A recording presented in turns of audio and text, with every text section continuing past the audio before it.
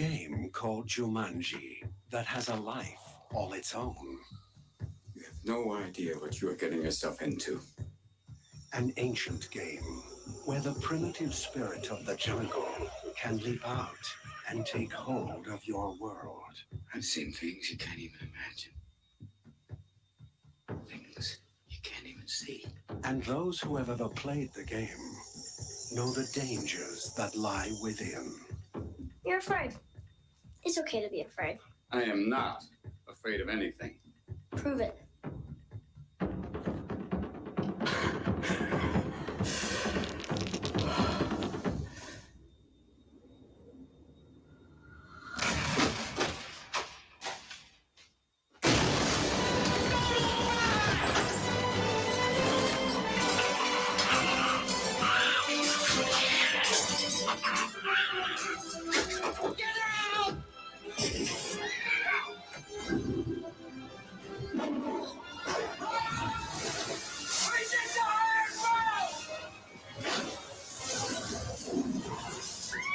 TriStar Pictures presents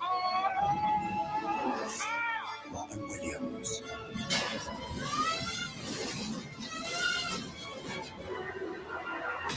Jumanji.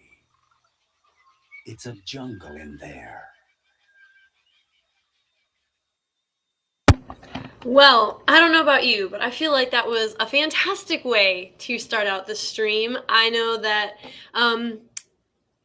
you know what? I don't even care that there's a troll. There you go. There's a trailer. I'll clip it at the afterwards when they nail me or whatever. So it'll be fine. I'm not worried. I'm going to do my thing. And if they don't like it, that's tough. Like I said, if my itty bitty channel on these tiny little live streams triggers them that much, then you know what? I am fine with it.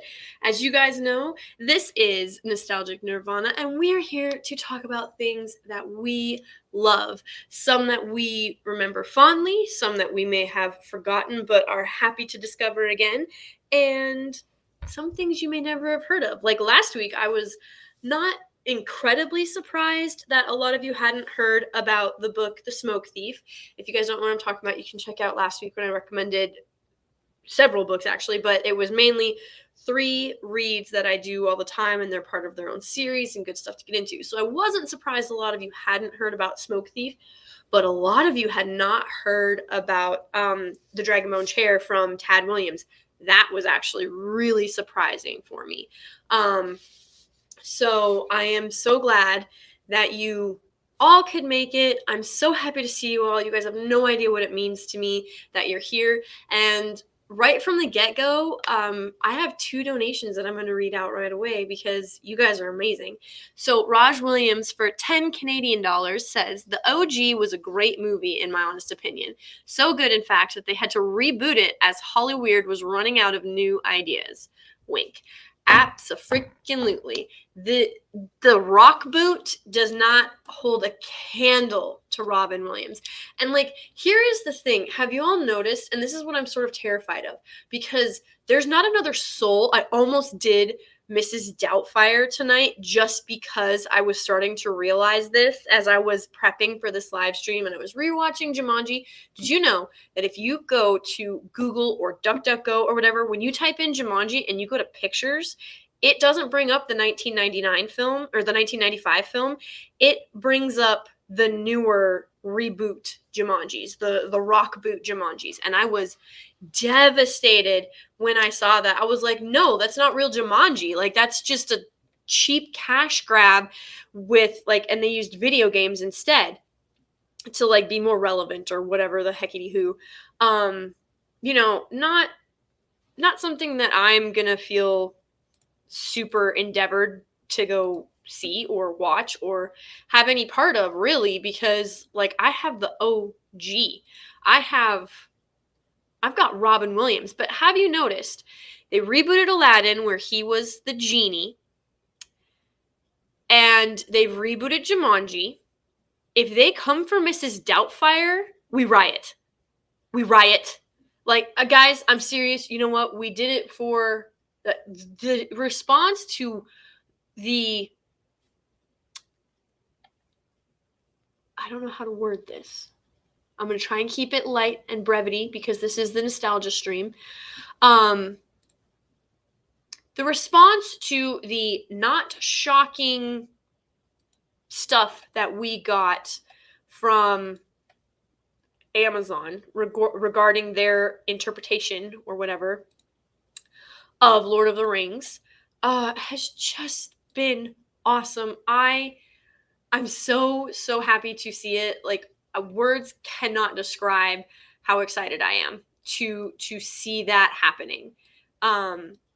So yes, I am genuinely excited that we are having that kind of, like, that Amazon doesn't get to just put this out and expect everybody to just eat it. You know what I mean? So I'm happy about that. I am. I hope that it stays in a positive note and that we just keep talking about what we love. So I am just praying that they leave Mrs. Doubtfire alone, because I don't care who it is. I don't care what you say. There's not a soul alive. There is not a soul alive that could do Mrs. Doubtfire. Not at all. Not even close. It's just not possible.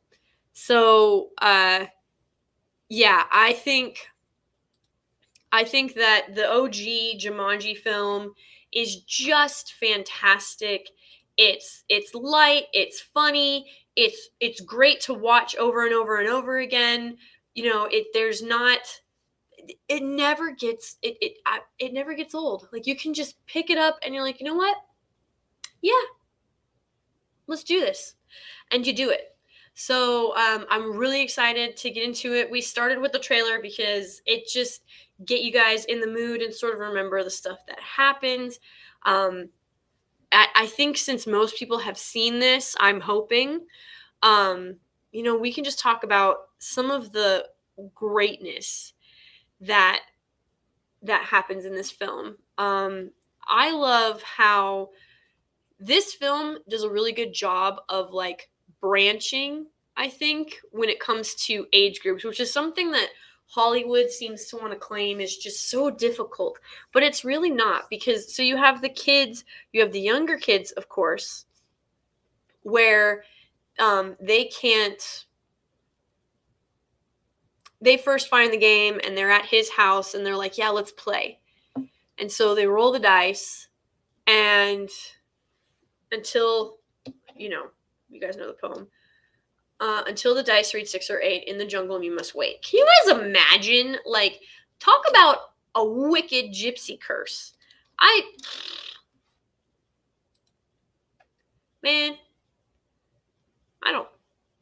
would not handle that well. Like, I'd be like, listen, I wanted a fun board game, not, Anaconda in real life, but in this case, of course, Jumanji. And for, like, what year is it? I love that. And that is, God, this movie's so, like, memeable. It's so funny to me that people are like, oh, they had to reboot it because they had to reboot it to make it, like, relevant or whatever. Psh, psh. Nay, I say, absolutely not. They were totally fun. Like, this movie today is still incredibly memeable. Like, it's perfect. I have no complaints about this movie. And some people are like, oh, well, because the CGI and, like, they can just make the effects better. Psh, y'all are snobs. First of all, most of these were practical effects. I think the biggest CGI effect was when he gets sucked into the board game, and then, of course, when everything at the end gets sucked back into the board game, but we'll get there in a minute. Those were the biggest CGI stuff, but otherwise, it was like they used different techniques. Most of this was practical. Obviously, like, the spiders, I think, were robotic. Like, some stuff you couldn't have real animals all the time. God, I hope. If those spiders of that size, if spiders this big actually exist, one, it's probably Australia. I feel like Lethal and Lyndon would back me up on that. Here, we'll give you guys there they are. There they are in all their horrifyingly large glory. Dude, this gave me nightmares. Like, whoo! If those suckers came out of the board, I would be done. I would either need, like, a blowtorch, a shot, something. I would need something. Like, otherwise I'd be like, nope, done. I'm out. Peace. Yeah, no, ain't about that life. So, like, these, I think, if I remember correctly, are robotic. I think they were actually, like, ants, and that's why they, like, the anatomy is a little bit weird. And it's, but, like, they did such a good job of, like, that crap's terrifying even today. You know, I think, like, there's a camel spider in Afghanistan that gets pretty big, but nothing like this. Like, no. Just absolutely no. I'm pretty sure humans would be dead if a spider this size still existed. I'm not saying they never did. I'm saying that if they existed today, like, I don't think humanity would have survived. I don't think anybody wants to be the one squishing them spiders. Unless you get a blowtorch, in which case I will sign up for that job. Get me in, like, a guarded tank gate thing and a blowtorch on top. Absolutely. But yeah, so Raj Williams, thank you so much for that Canadian $10. I hope you got your money's worth out of it. Cal G for $3. Thank you, Cal G, so much. Says, I remember watching this film in elementary school. That scene where that creature that was chasing the kids down the stairs scared the crap out of me as a kid. Also, little rain never hurt anybody. Ain't that the truth? Oh my gosh. That line was made for Louisiana, specifically New Orleans. Like, those streets become moats. It's just insane. Little rain never hurt anybody. And a lot of rain will kill you. Oh man, he's just, like, because he's been there. Like, I love how witty and, like, on it he was. There's just no. Robin Williams is the GOAT. Abso-freaking-lutely, and there is nothing and nobody that's ever going to come close to comparison with Robin Williams, especially when it comes to just delivery. I don't care what that man is in. He delivers constantly. And it's just, love it. You know, like, there's only so much a writer can do. And that's why I think, like, you can tell when there's a good actor with bad writing, and you can tell when it's a bad actor with good writing a lot of the times. Lately, it's been a lot of bad writing and bad acting, but I digress. So he's just, Robin Williams was just on it. I found out later in life that a lot of these lines, you know, like, when she's like, a little rain never hurt anybody, and the line was actually different. I don't remember where I read it or if it was a behind the scenes thing with the DVDs, but it was something to the effect of like, yeah, but a monsoon isn't a little bit of rain or something like that. And Robin Williams changed it to the line that it is now, which is, yeah, but a lot of rain will kill you, which just flows so much better. It really, truly does. So, like, the structure of the scene was there, the dialogue was there, but Robin Williams took it, made it feel more natural, nailed the timing, nailed the wit. It was just, like, even when he's in the floor, he's like, put the dice in my mouth. Like, you know, he was so versatile. They're just so, he was just so good. And it was, these scenes, like, they really make it. And so, of course, he's like, at this point, he can only see, like, out of his peripherals because he's stuck in the floor.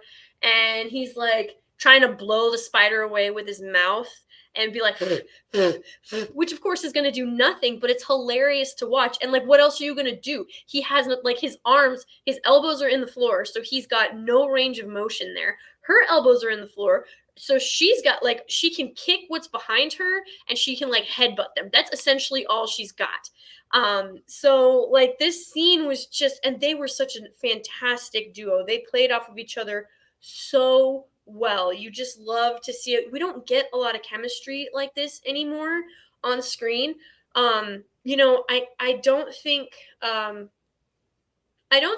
it is too cruel of me to say, or too on the nose to say, like, a lot of actresses nowadays, they seem to go one of two ways. Either they're scared to be funny because they don't think that they'll come off like that their character won't be taken seriously, and then you go 1,000 miles the other direction where it's just overkill and everything is dripping in sarcasm, not wit, sarcasm. And you know, really, like, timing is sort of off. The jokes tend to be crude. That was the beauty about like Robin Williams, Bob Saget, even Larry the Cable Guy. Like a lot of these greats, they don't need to be. They can do both. They can do clean comedy, which is, you know, more appropriate for kids. And oh my gosh, why can't I think of his name? It'll come to me.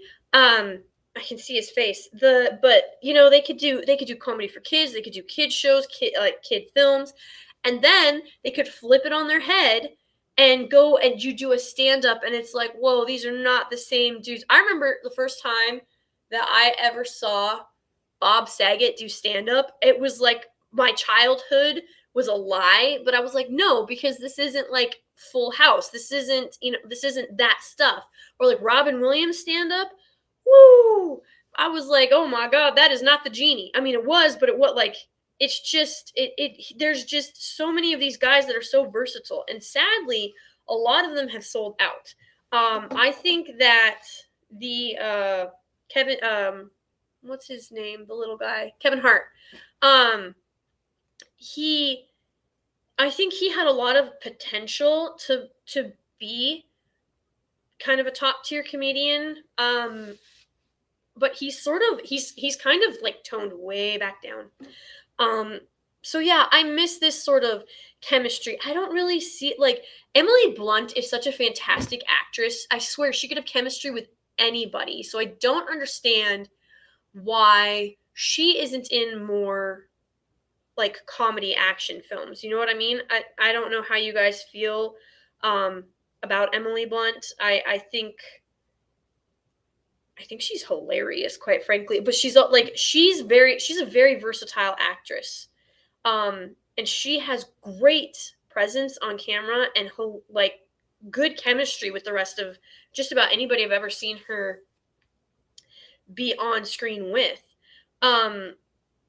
So I would really love to see more of her, but you just don't. And then you have actresses like Amy Adams, who she's done great movies too. She's done great films. She's been in lots, like, different range of stuff.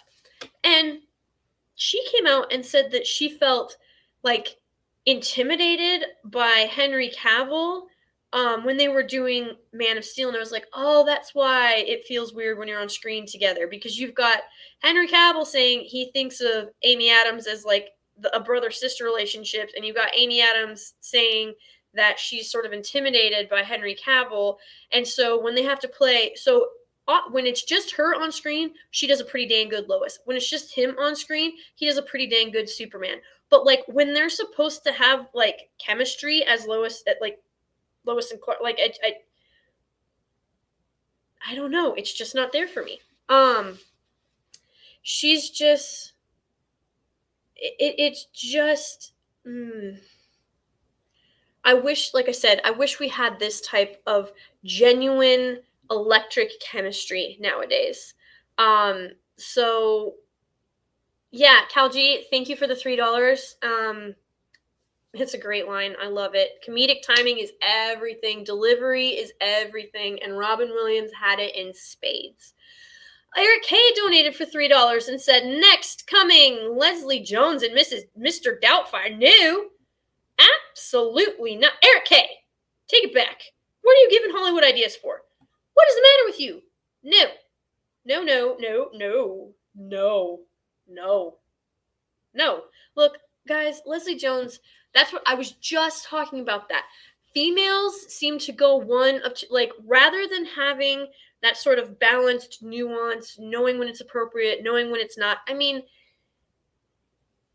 when you are considering making death scenes a joke, when it's not that kind of comedy, it's like a more serious or like fantasy film or show, no. Just no. Like, that's the thing. You either go one extreme to the other. And Leslie Jones, everything is a freaking loud, one line, bad timing. And it feels like she repeats her joke constantly, or like calls back to the same jokes because, well, maybe you didn't get it that way, so I'm going to say it this way. And it's funny now, right? Ha ha, laugh, laugh, laugh, you sexist. Like, no, it's not funny. It didn't hit. It did not hit. Let them burn money. No, thank you. They need to leave Robin Williams alone.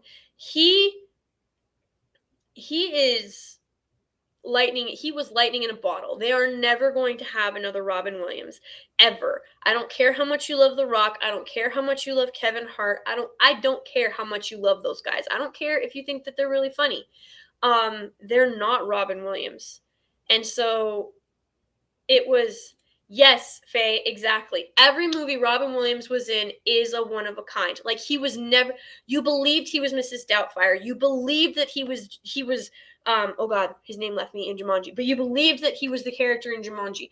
You believe, like, there's in Flubber, you believed he was the professor. When you looked at him, you weren't seeing Robin Williams. I mean, obviously you knew who that was, that it was him, but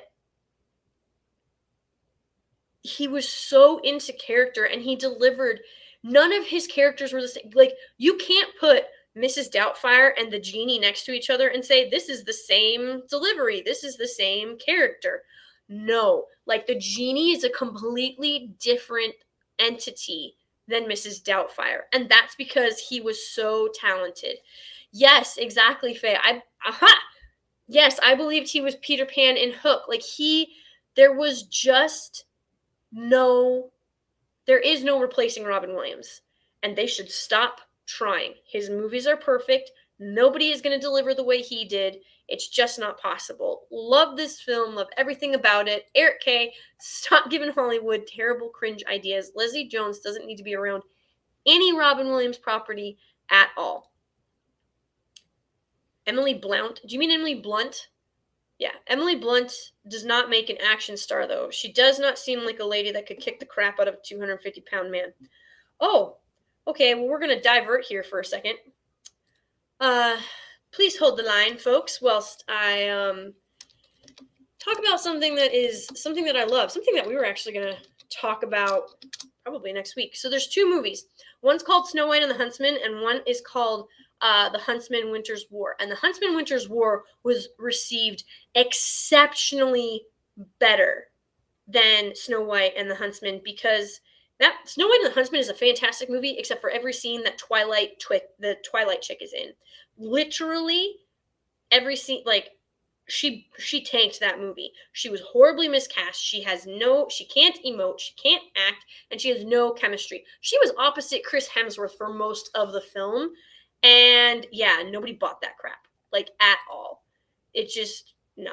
It was freaking atrocious. Now, you get to Huntsman Winter's War, and they basically retconned their own film, which is hilarious, and they should have done it. Now, this is Emily Blunt in Winter's War. I'm going to get rid of my little icon so y'all can see that. She plays a straight badass, a feminine badass. This is a woman who is so grief-stricken because guys, if you've not seen this, okay, so small spoiler, I guess, like, maybe sorta. So what she's doing right here, she's obviously an ice, like, as you can tell, she's an ice queen. It's called Winter's War. She's building a wall of ice that creates illusions. So she has convinced two people of two different realities. She's convinced one person that the love of their life is dead, murdered by her own, like the people he trained, the people he trusted. And the other person believes that the man that she's loved and is married, like, is her one true love, has just abandoned her. Okay, so that is how powerful this woman is. All right, she doesn't, and then, oh my God, Eric K, go watch Huntsman Winter's War. You will not be disappointed. And the good thing about this, you really do not need to watch Snow White and the Huntsman to understand what is going on here. In this film, there's a few callbacks to Snow White and the Huntsman, excuse me, but not enough that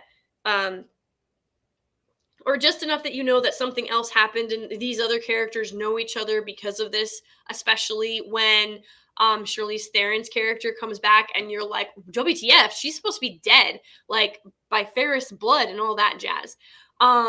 So yeah, when people say, like, oops, I went the wrong way, hold up, wait a minute, watch me get struck for that freaking thing. Okay, there we go. So, like, I don't know why people say that, like, Emily Blunt is insanely versatile. This is her, like, she looks like a fantasy winter queen. She looks like she belongs in this film. Like, she did a banging job in this movie. And I'm sure you can get, like, here's the Huntsman, so I'm sure you can guess who that is. And we get redhead representation. So, guys, I know this is about Jumanji. We're just going to detour slightly because of Eric K's comment. I do try to get any of the donation side comments. I do try to give them their time and make sure that you guys feel heard, because I want you to know that I genuinely appreciate your comments, especially the ones that you donate your hard-earned money to. You're here, you're already spending your time with me, so the fact that you donate, I really truly do appreciate it. But yeah, so we'll just drop this right into the middle of the Jumanji stream where it doesn't belong, but that's okay. Yes, Eric K, check out Huntsman Winter's War. You shall not be disappointed. I promise. Promise. It is good stuff.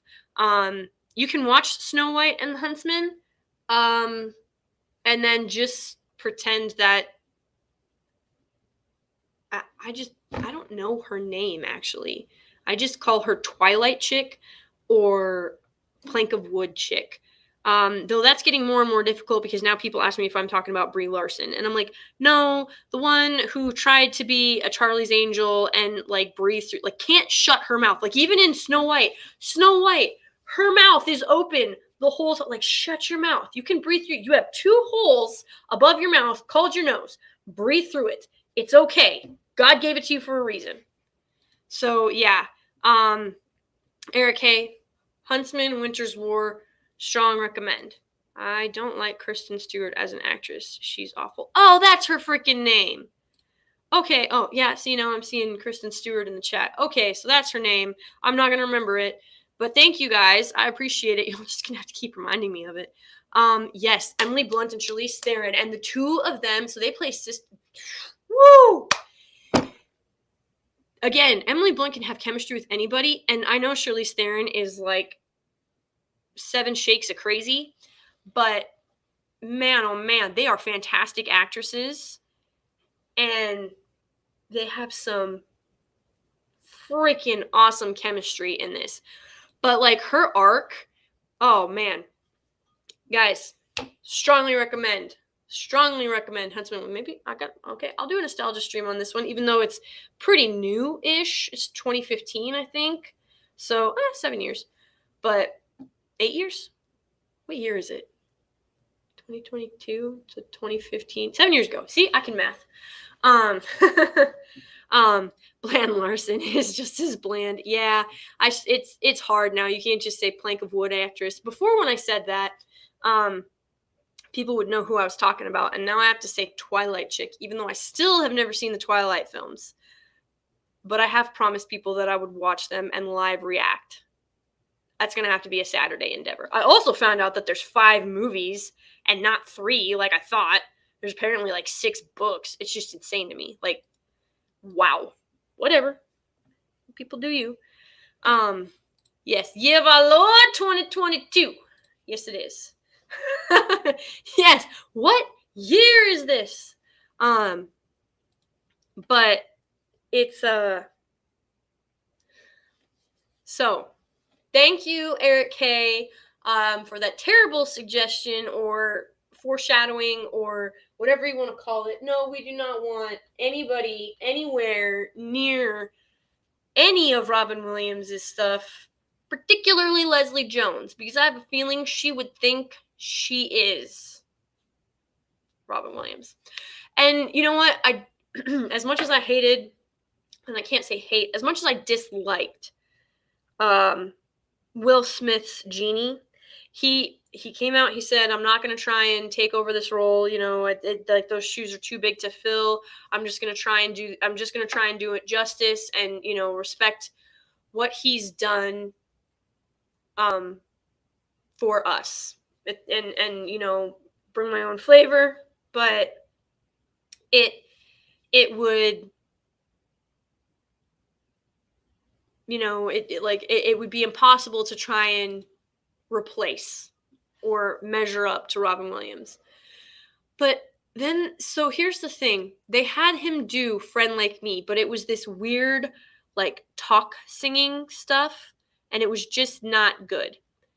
And then at the end, during the credits, they had him rap it. And you're like, why wasn't this the one in the movie? Like, if the man is a rap, like, let the man do what the man can do, and it would have been a lot better. But I digress. I say that a lot. Oh well. Eric K. I had to take a date to one of the Twilight movies. Thank goodness she was beautiful, or it would have been unbearable. Who? Twilight chick is beautiful, or your date? That's gonna need some clarification, because that could. I'm just. Are there pretty people? Like, I know they're all supposed to be attractive. I do not think Twilight chick is attractive. What did you guys call her? Kristen Stewart? Kristen Stewart? I don't know. I do not think that she was that attractive. Apparently, like, Kellen Lutz is in that film, and he is from North Dakota, so, like, that boy has my heart. That's the only reason I actually agreed to watch the Twilight films, is because Kellen Lutz is in it. But he better be in it more than just, like, 20 seconds. You know what I mean? Like, just saying. But okay, so my date was beautiful. Twilight chick looks unclean and dirty, not attractive at all. Okay.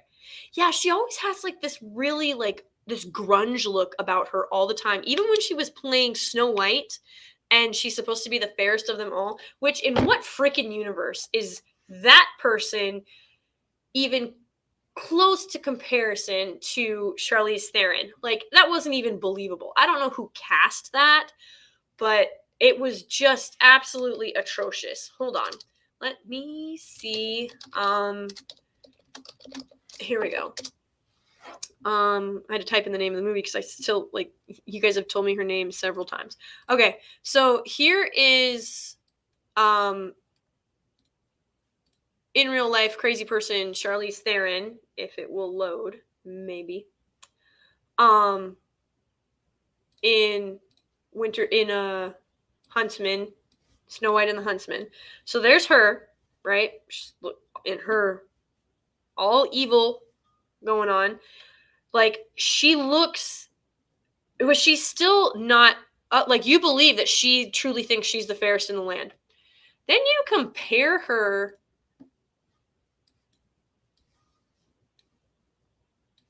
Dude, we even have, like, the Halo lighting in the background, and Halo by Angel, not Halo the game.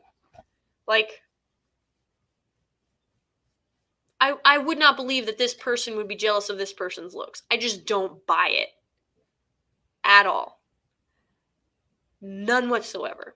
And again, she looks grungy, and I don't know why. She's supposed to be the fairest of them all. Yeah, she, like, ran through the forest and all that other stuff, but, like, it doesn't matter when you see her, like, she just always a mess. She's always disheveled. She doesn't look like the fairest. Like, look at that. I don't know what this is supposed to be. That also looks like a butter knife, but I think that's actually a dagger. I don't know. And I also have no idea what this look on her face is, because it looks like she's trying to push something out. She doesn't look scared. She, like, you know what I mean? She looks confused. And again, like she's trying to push something out. I don't know what this is. I don't know what this is. Casting dropped the ball on this one, and that's why she wasn't in the second one, and it did way better. Way better. Yeah, I'm sorry. You're never going to convince me that Twilight Chick had Charlize Theron. Like, that's not even believable on like, that is too much suspension of disbelief. Like, I cannot roll with that. And then, again, with her mouth open. Like, this is what I'm talking about. Like, her mouth is in this position probably for 85% of the movie. Like, just close your freaking mouth. I think there were like 3 times when it's closed. Again, see? Look. Her mouth's always open. And it's the same expression. This is a nostalgia stream. Let's go. Come on. I got this. We're going to click off of that now. We're back to Jumanji. Happy stuff. See what you did to me, Eric K? I'm just friggin' went left field. I don't even know how we got there, but we have arrived. We're coming back to Jumanji because this is what it's all about. This is how we do it. God, I'm gonna get struck just for like clip, like, oh man. But it was just so. Yes, Huntsman, Winter's War, highly recommend. Back to Jumanji. I think one of the best scenes in this whole movie actually is right at the beginning when they are. So he's got his blackened eye and his bloody lip, and they're leaning over and like, look at this. Like, he has this sense of like, he knows, like, he's getting that feeling like something's gonna happen. Something's not quite right. This is really eerie. This game isn't just a game. This game is something else, but I don't know what it is. And so they continue to play, and of course, as we know, he gets eventually he gets sucked into the board game, and she witnesses. Can you imagine, like, in the movie, they even cover it. She had to go to therapy because she watched him get sucked into a board game, and everybody told her she was crazy. Everybody told her she'd lost her mind. You know, you didn't know, like, it was just a game. Game boards can't, like, they can't do that. It's not possible. You had a nervous breakdown, like, whatever it was. So she's been going to therapy for ages, right? And then he just sort of like drops back into her life decades later. And so it's, I mean, that must have been, like, that would be genuinely a heck of a shock, you know, to go from dealing with it, because I don't think she's ever accepted it. Part of her always knew, but she was just like, no, if I want to, like, continue with a life, any semblance of a life, I need to at least attempt some kind of normalcy. So, you know, she just sort of put it in a box and moved on. And then, of course, that box came and, like, ripped itself open and was like, here I am in my banana leaf glory. Like, his clothes are made, like, props to him. I don't think I could make clothes as skillfully as he could, especially not when I was running for my life through the jungle. Yes, exactly, Raj. That look of impending doom. Like, he's just read what his role has designated to him, and he says it out loud. And the thing is, like, it rhymes, and so, like, you have, like, this eerie, sort of terrifying, like, nursery rhyme almost, and it seems harmless until it happens. And there's a couple times in here where they're like, that doesn't sound so bad. And then, like, bam, you're just like, okay, well, that was pretty freaking terrible. So, you know, I really do think, like, this is one of the best shots of the whole film, because it just captured, like, you realize that you are, like, something is about to happen that you were not expecting. So you're ready to just, like, like, look at him, he's leaned in, the body, like, he's gripping the side of the board, he's looking at her, he's like, what does this mean, what is about to happen? And then, he gets sucked into the board for years, and it's just a perfect setup and one of the greatest ways to just, like, and then of course the bats come out of the chimney and they chase her out of the house, and so she's already screaming because she watched him get sucked into the board, and the bats come flying out, so she's running, and you, like, hear, and you're just like, oh my god, like, what's gonna happen? And something's up with this board after we go through the years, the house is getting sold, and the other kids come across the board, and they're like, what's this? And then they try to, like, move the pieces, and they can't move the pieces. Man, Kirsten Dunst was a cute kid, huh? So, like, it's just, like, they're like, something's up. And so we as the audience, which have been privy to what's happened previously, know that, okay, so clearly there's more to this board than we've already seen, which was quite a lot. I mean, we saw someone get sucked into it, and we saw bats come flying out of a chimney. So it's, we're curious what's going to happen. And then they accidentally put themselves in the game when they drop the other two pieces, and it land, and they go to their respective spots, almost like, they're like, oh, it must be magnets, and of course it's not magnets. So the show really, like, you see people trying to make sense of what is going, you see the characters trying to make sense of what is going on and to rationalize this. And of course, it can't be rationalized. The board has a mind of its own, a soul of its own, a will of its own, if you will. And you're like, what? Like, you're watching these characters try to come to terms with it, and you're like, nah, man, nah, dog. That's just how the board game is. Like, it's magic, surprise. Like, there's the Occam's razor, literally the simplest explanation. It's magic. And when they finally start to embrace it and they play the game, and pretty soon they're like, because the hunter comes out of the board, and they're like, okay, well, like, we have to keep rolling. And of course the hunter wants to stay out now because he's like, oh, I really like this place, and I'm all for trying to figure this out and get, like, assert my dominance or whatever, because he's a hunter, that's what he does. And so he's got to finish hunting his original prey. Alan, there's his name, has to hunt his original prey, but is looking forward to what he can do in this new world. So that he's now been released from the game as well. So it makes you wonder, like, was he part of the game, and of course he gets sucked back in at the end, but maybe it's because it wasn't his round. So there's different speculations surrounding his character and his plot and exactly, like, what he was or what he could do. But again, also, just talk about brilliant casting. This whole film is just brilliantly cast. Yes, that's Kirsten Dunst, Raj. That is Kirsten Dunst when she was young.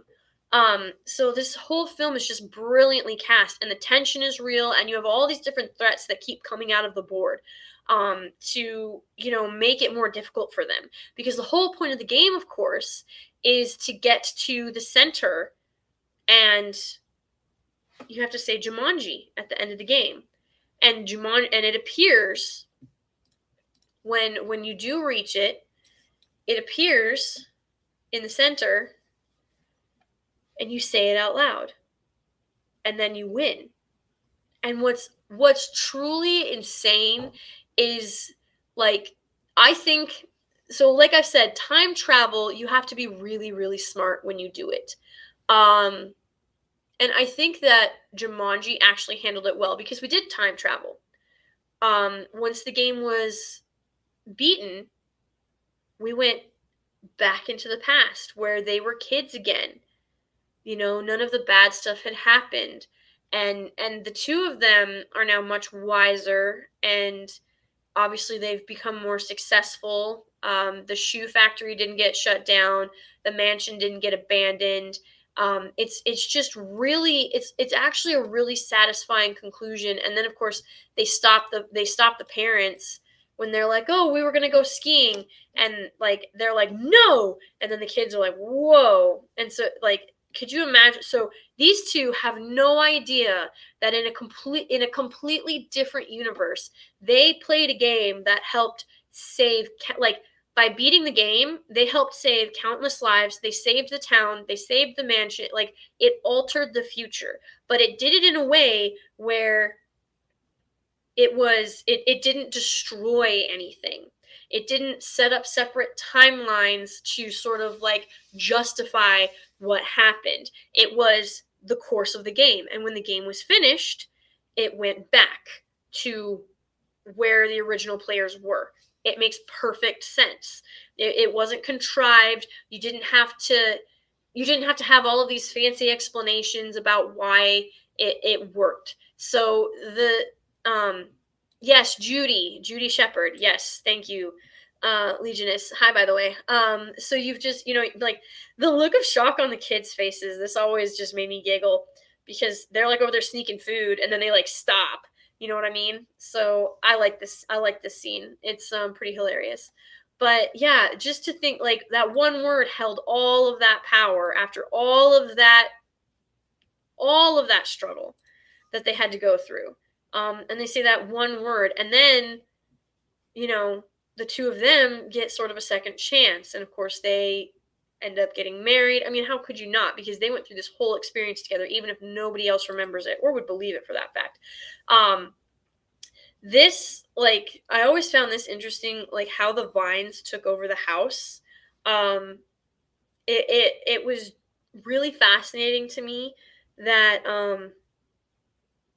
it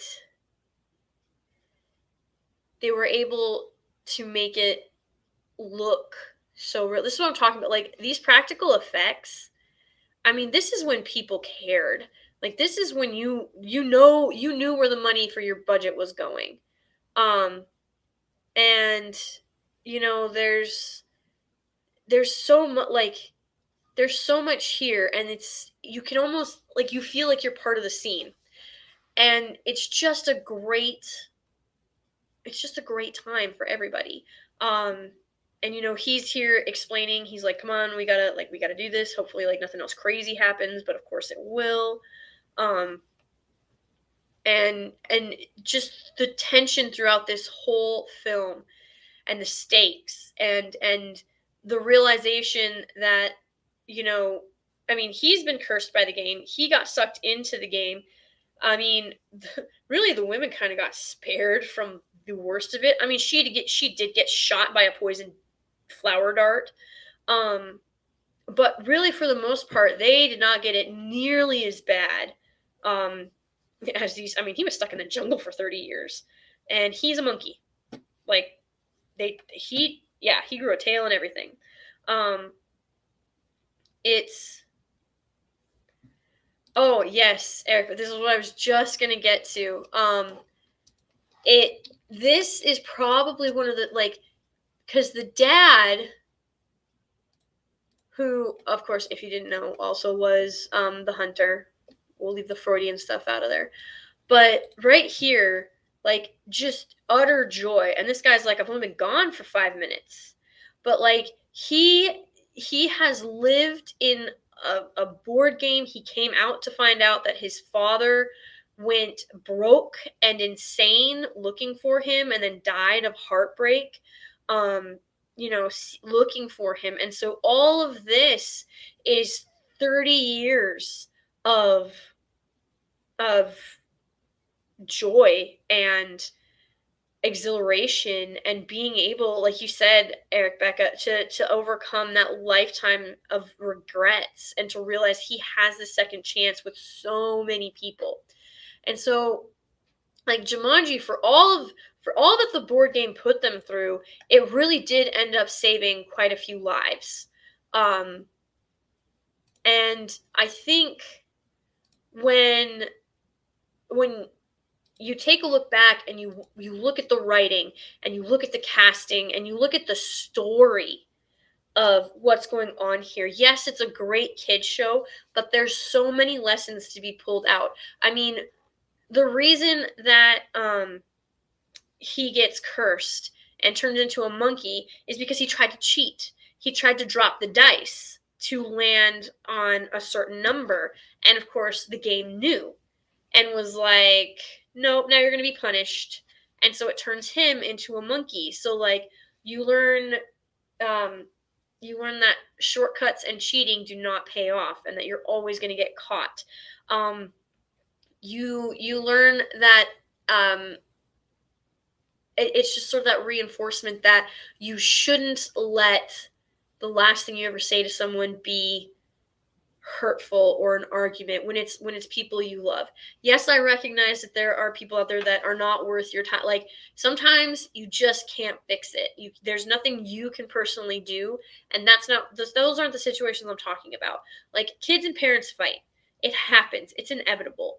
But you shouldn't let the last things you say to each other be hurtful, whether it's your spouse, your parents, your children, your siblings, extended family, unless it's, unless you're telling them, hey, I like X, Y, and Z, I can't do this anymore. I'm, I hope you can figure your stuff out. But yeah, you don't need to stay in a bad situation. That's not what I'm talking about. Someone's going to like misconstrue what I'm saying, but you don't have to leave a bad situation worse. You can just say, hey, you know what? I'm done. I can't handle this anymore. I can't handle you anymore. I wish you the best. We'll see you later.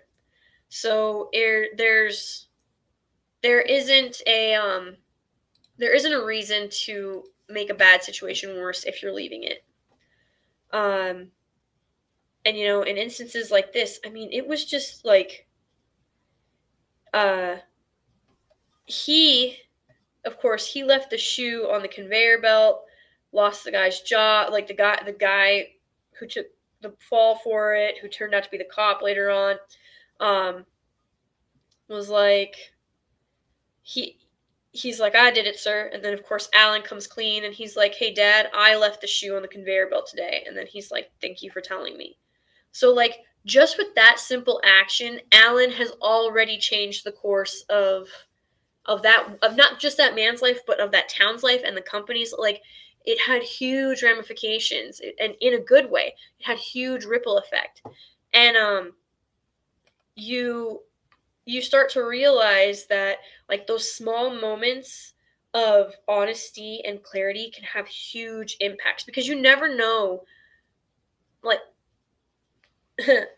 if you can't do the good things that are small, you will never be able to do the good things that are big. And if it's character is what you do when someone's not looking. And so when that speaks a lot to sort of this scene and this movie overall, because, he could have continued to not tell his dad that he put the shoe on the conveyor belt. And he did have the gift. In this case, he had the gift of foresight because he'd lived it and come back. But he has a different appreciation. So this thing teaches you to appreciate what you have and to be honest, because you don't know what your silence or what your lies could be affecting. And look at the change that occurred when he was honest. And so this movie, like, through all of the small, like, you wouldn't think that trying to drop a pair of die on a specific number is really that big of a deal, because you were, like, oh, I was trying to save my friends, I was trying to end the game, I was trying to make this over, I was trying to finish, I was trying to save everybody. okay, those sound like good reasons, but you still cheated. And the game knows it. The game doesn't care what your reasons or motivations were. The game just cares that you cheated. You tried to cheat. So it's going to punish you. And does that always happen? Like, is karma always that instantaneous in life? No, it's not. But if you keep doing bad stuff, it will eventually catch up with you. And if you keep doing good stuff and you keep working on the grind and you keep pushing, then good stuff will happen. Like, you just really do have to keep going, and try to be as honest and forthcoming as you possibly can whenever it comes to whatever the situation is.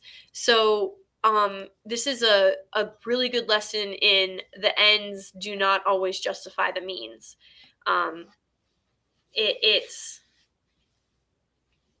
It's very much, it matters how you get to the end of the game. It matters how you handle these situations. It matters how you have this discussion. And so it's really, it's really this big circle. It's this big time loop. And what Alan could have done is be extremely greedy, realize like these different things happen, and sort of be selfish about it. But that would undermine the lessons that he learned, especially being trapped in the game for 30 years. So he's taken all of these lessons to heart. He's grown in ways that normal people never could understand or would be able to do. And it's just, at the end, it's just pure joy. And his father is confused, but not like he's happily, like I've only been gone 5 minutes. And but that whole saying time is relative. So what was 5 minutes to him was 30 years of hell for Alan. So this whole scene, it just means something entirely different to me now, when I realize that, and when that really does hit home. Same thing worked in the Back to the Future movies. Yes, exactly, Mystic Girl. Exactly. So you never really change, because remember, he grows up, he runs his dad's company. Lots of stuff was changed. Like, things were changed for the better for the most part. I can't speak to if anything was changed for the worse, but there's just they did everything that they could to enrich everybody else's lives, which is just that's what a hero does. Like, that's what this is. I mean, he's a hero. He didn't start out that way. He started out as, a angry, confused, lashing out teenage boy, like a lot of them do. And he grew into a hero. So it's just a wonderful arc to witness. Yes, Chris Persia, it's a perfect metaphor for it's not the destination, it's the journey that's important. And in Alan's case, he learned to appreciate and love his family. Absolutely. So this is a great film, no matter how old or young you are. I can't recommend Jumanji enough.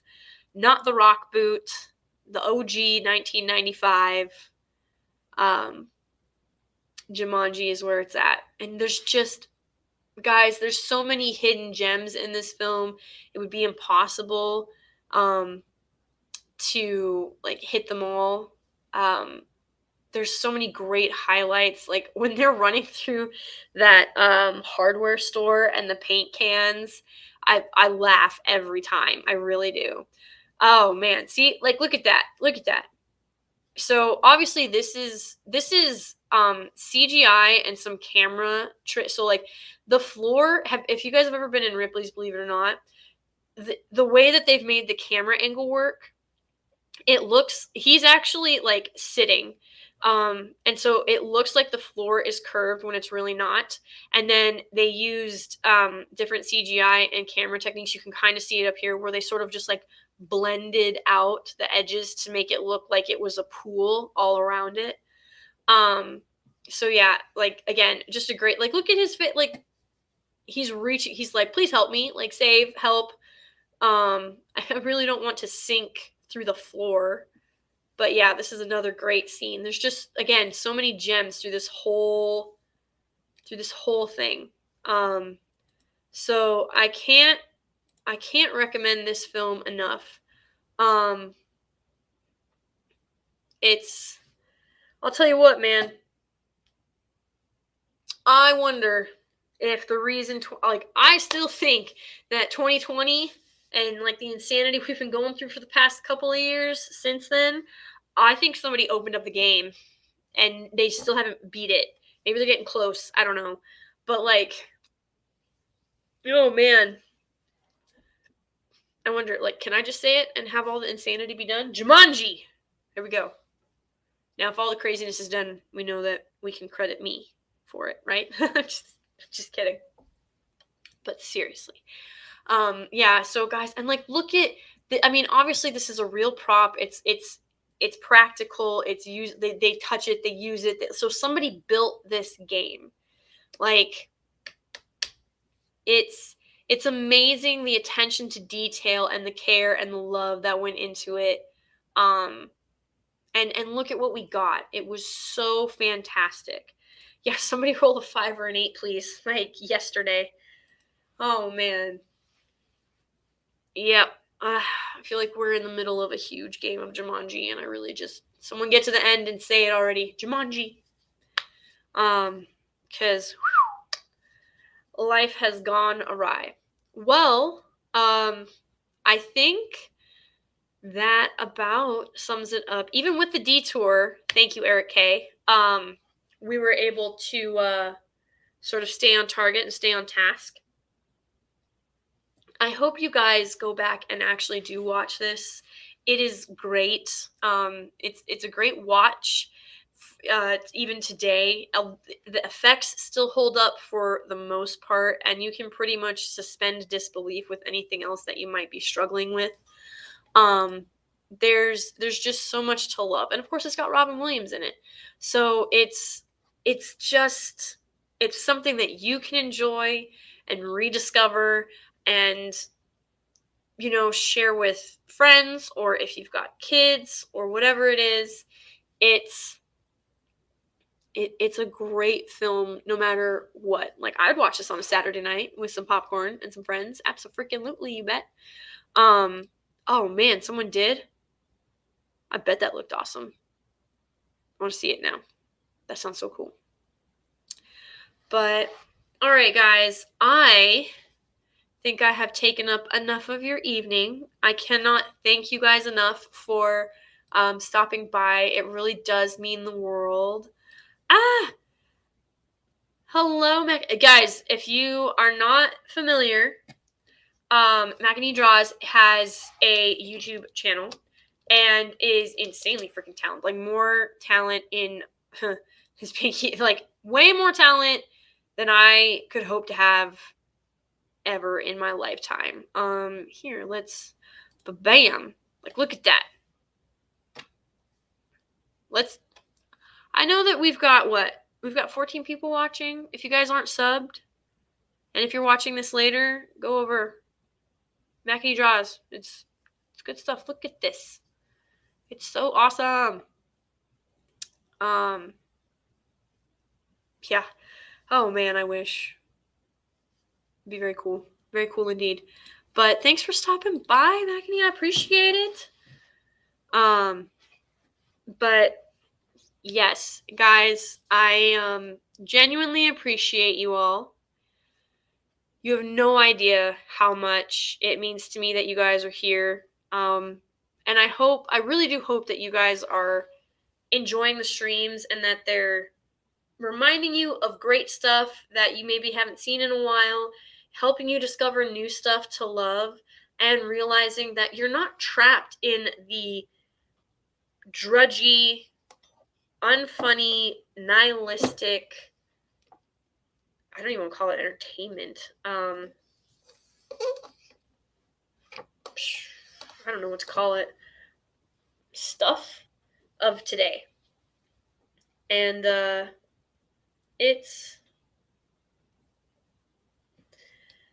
there's so much to love, and there's so much good stuff to love, because You guys are going to get sick of me here. You're going to get sick of hearing me say this, but it's true. We can't just close our wallets to the things that are insulting and don't respect us. That is part of it, but we need to rediscover and open our wallets to things that are doing it right or that got it right. One, for our sanity, and two, so that we can send a clear message that we reject this and we accept this, and we're willing to pay as long as you tell a good story. I am baffled time and again at the amount of fabulous storytelling that has been abandoned, all for the sake of agenda and checklists. So, guys, you're not beholden to it. There's tons of indie stuff out there. There's tons of old mainstream stuff out there. There's so much for you to enjoy and to help you take you into escapism and to just truly love. So I appreciate you guys for stopping by and spending your valuable time and some for the donations, your valuable money. It really does mean the world. I can't tell you how much it helps me out on this side. It really, really does. So thank you so much. And I will see you guys in a video or in a live stream or both. I've got stuff coming out. There's lots of Lord of the Rings stuff to talk about. Speaking of, Saturday morning, Miss Martin Muses, 8 a.m. Central Time, Catholic explaining Lord of the Rings. And then I believe it's 10 or 11 in the morning is the Lord of the Rings Return of the King Part 5 on her channel. So I will hopefully make it for both. We'll see. It depends on what my Saturday chores look like. Because I've got inside and outside chores and all that jazz. So I hopefully will see you guys there. But if not, thank you for stopping by. As always, you guys are super appreciated and much love. Have a great night.